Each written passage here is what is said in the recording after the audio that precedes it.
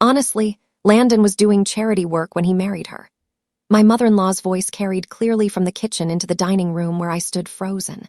I had just arrived at the family dinner, running late from a meeting.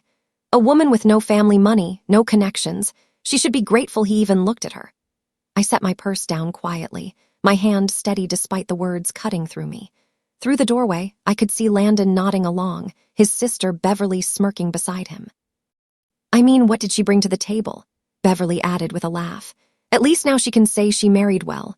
I smoothed my dress and walked into the kitchen, my heels clicking against the hardwood floor. Every face turned toward me. The silence was thick and uncomfortable. "Hello, everyone," I said calmly, kissing my husband's cheek as if I'd heard nothing. "Sorry I'm late. Work ran long." Landon's mother recovered quickly, her smile practiced and cold. "Oh, darling. We were just talking about how fortunate everything worked out." "Indeed," I replied, meeting her gaze directly. "Very fortunate." What none of them knew was that in my briefcase sat documents that would change everything. Tomorrow morning would bring revelations they never saw coming. My name is Sienna Fairchild, and until that moment, I had spent 3 years being the perfect daughter-in-law. I was 32 years old, and I'd met Landon Hayes at a charity gala where I was working as an event coordinator. He was charming, successful, and came from a family with old money and older attitudes. His mother, Constance Hayes, ran their social circle like a kingdom. His father, Warren, stayed quietly in the background, nodding at appropriate moments. Beverly, Landon's younger sister, had never worked a day in her life but somehow felt qualified to judge everyone else's worth. When Landon and I married, I had been building my career in corporate strategy consulting. I was good at my job, excellent actually, but I'd kept my professional life separate from his family's scrutiny. They knew I worked, but they saw it as a hobby, something to keep me busy until children came along. What they didn't know was that 6 months ago, I'd been headhunted by Meridian Strategies, one of the top consulting firms in the country. They wanted me to lead their new expansion division. The offer had been extraordinary, but I'd kept it quiet while I considered the implications. Dinner that evening was exactly as uncomfortable as expected. Constance held court at the head of the table, discussing the upcoming charity auction she was chairing. "Sienna, dear," she said, her tone dripping with false sweetness, "will you be able to attend, or does your little job keep you too busy?" Landon squeezed my hand under the table but said nothing in my defense. He never did. "I'll make it work," I replied evenly. Beverly leaned forward, her diamond bracelet catching the light. "You know, Mother was just saying how important it is for Hayes family wives to prioritize family commitments over careers. Isn't that right, Landon?" My husband shifted uncomfortably. "Beverly, let's not start this tonight." "Start what?" she asked innocently. "I'm just saying that some women understand their place in a family like ours." I took a sip of wine, keeping my expression neutral. "And what place is that, Beverly?" Constance intervened smoothly. "What Beverly means is that Hayes women have always been the heart of this family, supporting their husbands, maintaining our social standing. It's tradition." "Tradition," I repeated softly. "How interesting." Under the table, my phone buzzed. A message from my lawyer, everything is ready, papers signed. Announcement scheduled for tomorrow morning. After dinner, Landon and I drove home in silence. Our house was a wedding gift from his parents, something they reminded me of regularly. It was beautiful but felt like a cage lined with their expectations. "They didn't mean anything by it," Landon finally said as we pulled into the driveway. "Your mother called our marriage charity work," I replied calmly. "What exactly didn't she mean by that?" He sighed, running his hand through his hair. "You're being sensitive. You know how Mother is. She's old-fashioned. And you agreed with her." "I didn't agree with anything, I just didn't want to cause a scene." I looked at my husband, really looked at him. When had he become so comfortable letting his family diminish me? When had I become so comfortable allowing it? "Landon, do you think you did me a favor by marrying me?" He hesitated, and that pause told me everything. "Of course not, I love you, but you have to admit, marrying into the Hayes family opened doors for you." "Doors," I repeated quietly. "Right." Inside the house, I went straight to my office and closed the door. Tomorrow would change everything, and I needed to be ready. 3 years ago, before I met Landon, I was already successful. I had graduated top of my class with degrees in business strategy and economics. By 27, I was consulting for Fortune 500 companies, helping them restructure and maximize efficiency. I was financially independent, driven, and building something meaningful. Then I met Landon at that charity gala. He was handsome, confident, and interested in me. Our courtship was whirlwind. He proposed after 6 months, and I said yes, believing we were partners. The problems started almost immediately after the wedding. Constance began making comments about my career taking time away from family obligations. Landon started suggesting I might want to scale back, work fewer hours, maybe take on smaller clients. His family treated my work as a temporary phase before I settled into my real role as a Hayes wife.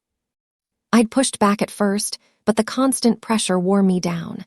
I found myself apologizing for late meetings, feeling guilty about work trips, minimizing my accomplishments to keep peace. Then, 6 months ago, everything changed. I discovered something that made me realize I'd been playing their game for too long. The discovery happened during a casual conversation at another family dinner. Warren, Landon's usually quiet father, had mentioned a business problem. Their family company, Hayes Industries, was losing ground to competitors. Profit margins were shrinking. They needed fresh strategy but couldn't afford the top consulting firms. Those consultants charge ridiculous fees, Constance had complained. Highway robbery for basic advice. I had listened quietly, my mind already analyzing their problem. That night, I couldn't sleep. I pulled up everything publicly available about Hayes Industries. The issues were clear: outdated operational structure, poor market positioning, and resistance to modernization. Within a week, I had drafted a complete restructuring proposal, not for them, but for myself. I wanted to see if I could do it. The plan was brilliant. Even if I said so myself, it would have saved Hayes Industries millions and positioned them for growth. But I never showed it to them. Why would I? They saw me as Landon's lucky wife, not a strategist capable of saving their company. Instead, I updated my portfolio and sent it to 3 headhunters. Meridian Strategies called within 48 hours. The Meridian offer was extraordinary. Chief Strategy Officer for their new expansion division, a 7-figure salary, equity in the company, my own team of 12 consultants, complete autonomy over which clients we took on. But there was more. Meridian wanted to make a statement with my hearing. They wanted a public announcement, a press release, coverage in business journals. They wanted the industry to know they'd landed one of the best strategic minds in the field. I had hesitated. Going public would mean Landon's family would know. It would shatter their perception of me as the grateful girl who married up. For weeks, I wrestled with the decision. Then I overheard Constance at yet another family gathering, telling someone I was lucky the Hayes name gave me credibility in business circles. As if my success was borrowed from them. That night, I called Meridian's CEO. "I accept," I told her. "And yes, I want the full announcement. Press release, interviews, everything." She had laughed with delight. "Excellent, we'll make it memorable." The signing was scheduled for Friday morning. A small ceremony at Meridian's headquarters, followed by the press release. I had kept it completely secret from Landon and his family. Thursday night, the night before the signing, Landon came home excited about something. "Mother's invited everyone for lunch tomorrow," he announced. "She wants to discuss the charity auction plans. Can you make it?" I looked up from my laptop where I'd been reviewing the contract one final time. "What time?" "Noon at the house." Perfect timing. The signing ceremony was at 10. The press release would go live at 11. By noon, the news would be everywhere. "I'll be there," I said. "Excellent." He kissed my forehead. "Maybe wear something nice. Mother's invited some of her friends." "Of course," I replied. After he went to bed, I sat in my office, thinking about the past 3 years, all the times I'd made myself smaller to fit their expectations, all the condescending comments I'd absorbed without response, all the moments Landon had stayed silent while his family diminished me. Tomorrow, that version of me would be gone. Tomorrow, they would see who I really was. Friday morning arrived clear and bright. I dressed carefully in a navy power suit I'd purchased specifically for this occasion. Landon was already downstairs, checking his phone. "You look nice," he commented absently. "Big work meeting?" "Something like that," I replied. The lie felt surprisingly easy. I arrived at Meridian's headquarters at 9:30. The building was downtown, all glass and steel, representing everything modern and forward-thinking. Claire Westbrook, Meridian's CEO, greeted me personally in the lobby. "Ready to change your life?" she asked with a knowing smile. "More than ready," I replied. The signing ceremony was intimate, just Claire, the board members, and the legal team. They had champagne ready, and the contract was laid out on an elegant conference table. As I signed my name, I felt a weight lift that I hadn't realized I'd been carrying. "Welcome to Meridian," Claire said, shaking my hand firmly. "We're going to do extraordinary things together." The press release went live at 11 precisely. Within minutes, my phone started buzzing with notifications. Industry newsletters, business journals, LinkedIn messages. The headline was everywhere. Meridian Strategies names Sienna Fairchild as Chief Strategy Officer for new expansion division. I arrived at Constance's house at exactly noon. The circular driveway was already full of cars. Through the windows, I could see the gathering was larger than Landon had mentioned. I smoothed my suit jacket and walked inside. The conversation stopped the moment I entered. Constance stood in the center of the room, her phone in her hand, her face pale. Beverly was staring at her own phone, her mouth slightly open. Landon stood beside his mother, looking confused. "Sienna," Constance said, her voice strained. "We need to talk about something." "Of course," I replied calmly. Warren emerged from his study, also holding his phone. "Is this real?" he asked, looking at me directly for perhaps the first time in 3 years. "Is what real?" Landon asked, looking between us. Beverly turned her phone toward him, and I watched his face change as he read. The confusion shifted to shock, then something I couldn't quite identify. "You took a job?" he asked. "Without discussing it with me?" I met his gaze steadily. "I accepted a position, yes. Chief Strategy Officer at Meridian Strategies." The room erupted with questions and exclamations, but I remained still, watching them process what this meant. Constance recovered first, her breathing demanding she maintain composure even in shock. "Well," she said carefully, "this is quite surprising news, though I'm not sure Meridian Strategies is quite the caliber of firm that—" "They're ranked number 3 in the nation," I interrupted gently. "Above Hayes Industries' current consultants." The barb landed. Warren's eyebrows rose slightly. "The press release mentions a substantial compensation package," he said slowly. 7 figures, I confirmed. "Plus equity and performance bonuses. The total package exceeds what Hayes Industries generates in profit annually." The silence that followed was deafening. Beverly recovered enough to sputter. "But you never said anything. You've been working at that small firm, building my reputation," I finished. "Meridian has been recruiting me for 6 months. I accepted yesterday." Landon finally found his voice. 6 months? You've been planning this for 6 months and never told me." "I kept my career decisions private," I replied. "Much like you keep family business private from me." His face flushed. "That's completely different." "Is it?" Constance cleared her throat. "Landon, perhaps you and Sienna should discuss this privately." "No," I said firmly. "I think we should discuss it here. Isn't this where family matters get decided?" Warren surprised everyone by speaking up. "Let her talk, Constance." His wife stared at him, shocked by the interruption. Warren turned to me. "You analyzed our company, didn't you? Months ago when I mentioned our problems." I met his gaze. "Yes, I drafted a complete restructuring proposal. It would have saved you approximately $43 million over 5 years and repositioned you for market growth." The number hung in the air. Constance's carefully maintained composure cracked slightly. "You never showed us. Why would I asked simply. "I was just Landon's lucky wife." "What would I know about business strategy?" Beverly laughed, a sharp sound without humor.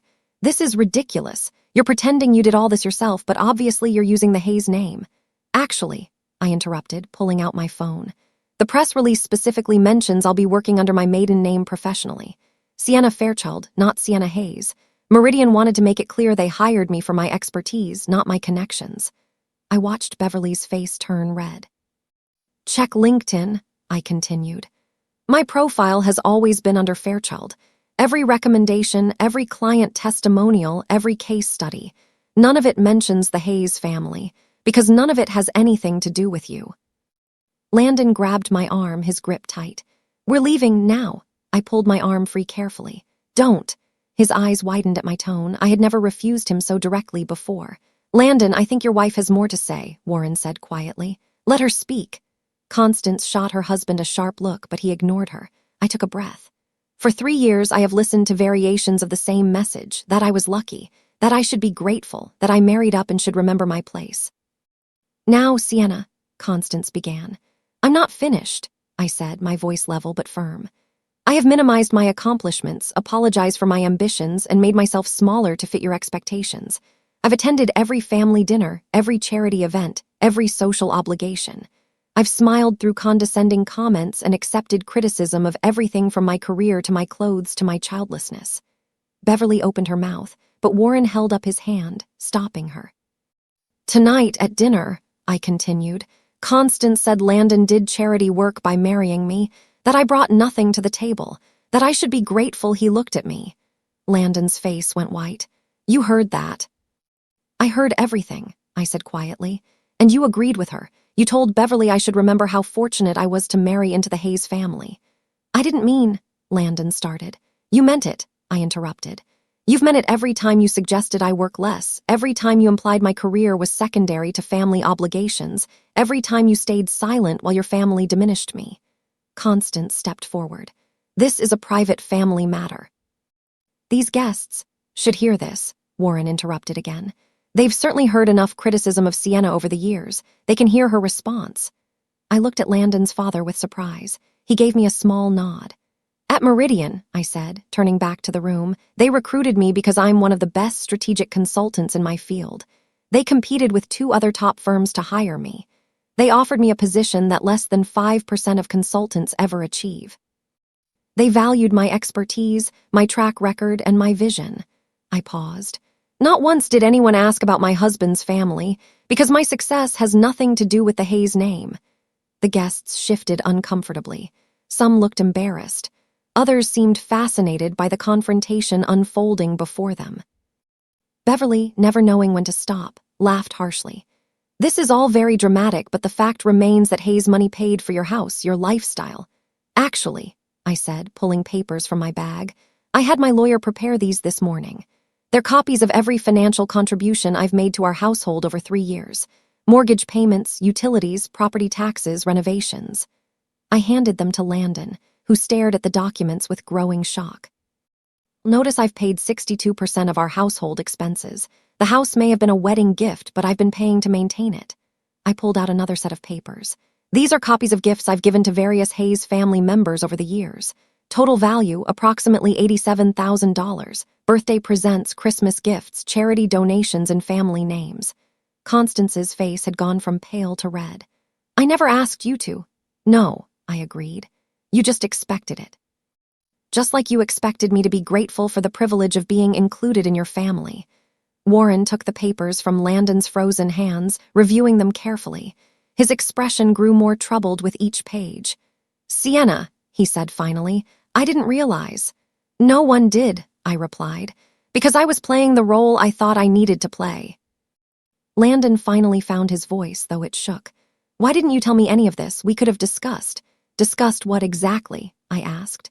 How every time I mentioned a career opportunity, you suggested it might be too demanding. How your mother's opinions somehow always became our decisions. How I scheduled my life around Hayes' family expectations. That's not fair, he protested. I've always supported your career. You've tolerated it, I corrected. There's a difference. Support would have meant defending me when your mother called my work a hobby. Support would have meant being proud of my accomplishments instead of worried about them overshadowing yours. The truth of my words hung in the air. Several of the guests nodded slightly. Constance, seeing her social standing crumbling, tried to regain control.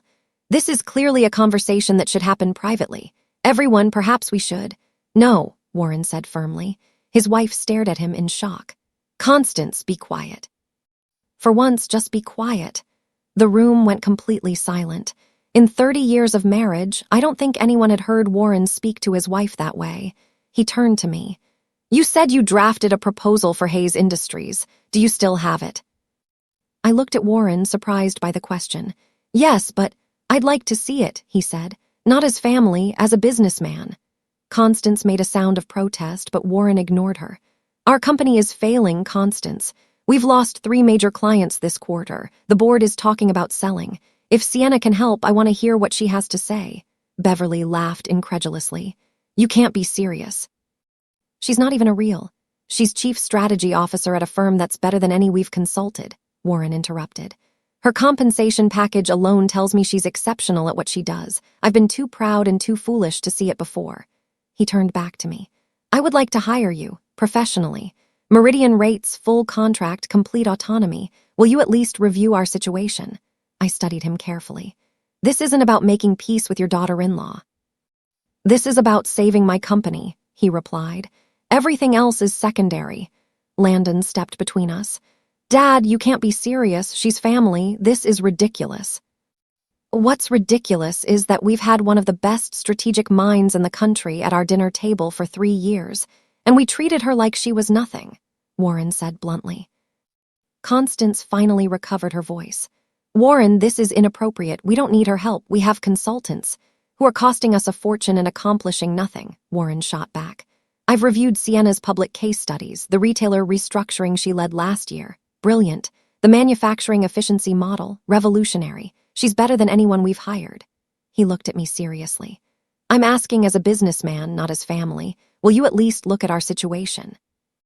I considered carefully. I would need complete access to financials, operations data, and decision-making processes. No interference from family dynamics. If I take this on, it's purely professional. Agreed, Warren said immediately. Constance looked like she might faint. Beverly was furious. Mother, you can't let him. Be quiet, Beverly, Warren said tiredly. You've never worked a day in your life. You don't get a vote on business decisions. I pulled out my phone, opening my calendar. I can review your preliminary data next week. If I think it's viable, we'll discuss a formal contract. Meridian rates, as you mentioned. No family discount. Warren nodded. Fair. Landon stared at both of us like we'd lost our minds. This is insane. Sienna, can we please talk privately? I turned to my husband. Of course, let's talk. We moved to Warren's study, away from the stunned guests. Landon closed the door and immediately started packing. What is happening right now? You accept a job without telling me, you humiliate my family in front of their friends, and now you're negotiating with my father like none of this is personal. It isn't personal, I said calmly. It's business, something you've never understood about my career. This isn't about your career, he snapped. This is about trust, about partnership. You kept this secret for months. Like you kept your family's opinion of me secret, I countered. Landon, you agreed with your mother that you did charity work by marrying me. Do you understand how that feels? He had the grace to look ashamed. I didn't mean it that way. It just came out. Things that just come out usually reveal what people really think, I said quietly.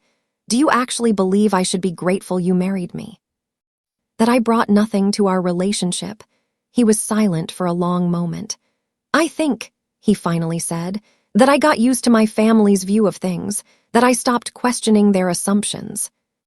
I sat down in one of Warren's leather chairs. Landon, I love you, or at least I loved who I thought you were, but somewhere in the last 3 years, you became someone who values his family's approval more than his wife's dignity. That's not true, he protested, but his voice lacked conviction. Every major decision we've made has been influenced by your mother, I continued. Where we live, how we spend money, when we have children, how I should manage my career. At what point did we stop being partners and become extensions of the Hayes family expectations? He sank into the chair opposite me. I didn't realize it was that bad. Because you weren't the one being diminished, I said. You were comfortable. Your family approved of you. You fit their expectations perfectly. What do you want from me? He asked quietly. I want you to decide what kind of husband you want to be, I replied. One who stands beside his wife as an equal partner, or one who needs his family's permission to respect her. He looked at me, really looked at me, perhaps for the first time in months. I don't know if I can change how my family sees you. I don't need you to change them, I said. I need you to change how you see me. He sat in silence for several minutes. Finally, Landon spoke. The Meridian position, are you taking it? I already accepted, I replied. The contract is signed. I start Monday. Where does that leave us? That depends on you, I said honestly. I'm not the woman who needs permission to succeed anymore. I'm not going to apologize for being good at what I do. If you can't be married to that version of me, then we need to have a different conversation. He absorbed this. And my father. You're really going to consult for Hayes Industries? If the situation warrants it, yes. Your father approached me professionally. I'll treat it professionally. Even after everything my mother said, I smiled slightly. Especially after everything your mother said, there's something satisfying about proving yourself to people who underestimated you. Landon almost smiled at that. You've changed. No, I corrected. I stopped pretending to be smaller than I am. There's a difference. A knock at the door interrupted us. Warren's voice came through. "Sienna, there's someone here from the Business Journal. They want to comment about your appointment." I stood, smoothing my suit. "I'll be right there." Landon caught my hand. "Sienna, I'm sorry for all of it." I looked down at my husband. "I know you are, but sorry isn't enough. You need to decide what kind of marriage you want. I'll give you time to figure that out." I returned to the main room where a reporter stood with a camera operator. The guests had mostly dispersed, but Constance and Beverly remained, watching with barely concealed fury. "Ms. Fairchild," the reporter said, using my maiden name. "Congratulations on your appointment. Can you tell us what attracted you to Meridian Strategies?" I spent 20 minutes answering questions about my career, my vision for Meridian's expansion division, and my approach to strategic consulting. The reporter asked about my background, and I carefully detailed my education and professional experience without once mentioning the Hayes family. When the interview concluded, the reporter thanked me. "This is going to be a great feature. You're exactly the kind of success story our readers love." After they left, Constance approached me. Her composure was back, but her eyes were cold. "You've made quite a spectacle of yourself." "I've claimed credit for my own accomplishments," I corrected. "That's not a spectacle, that's honesty. You've embarrassed this family." "No, Constance, you embarrassed yourselves by assuming I was nothing without you." Warren appeared beside his wife. "Constance, go help Beverly with the guests. I need to speak with Sienna." After she left, he guided me to his study. From a locked cabinet, he pulled out financial reports. "This is how bad it really is," he said, spreading papers across his desk. "We have 6 months, maybe 8, before we're forced to sell or declare bankruptcy." I reviewed the numbers quickly. It was worse than I'd thought from public information. "Why didn't you hire a top firm sooner?" "Pride," he admitted.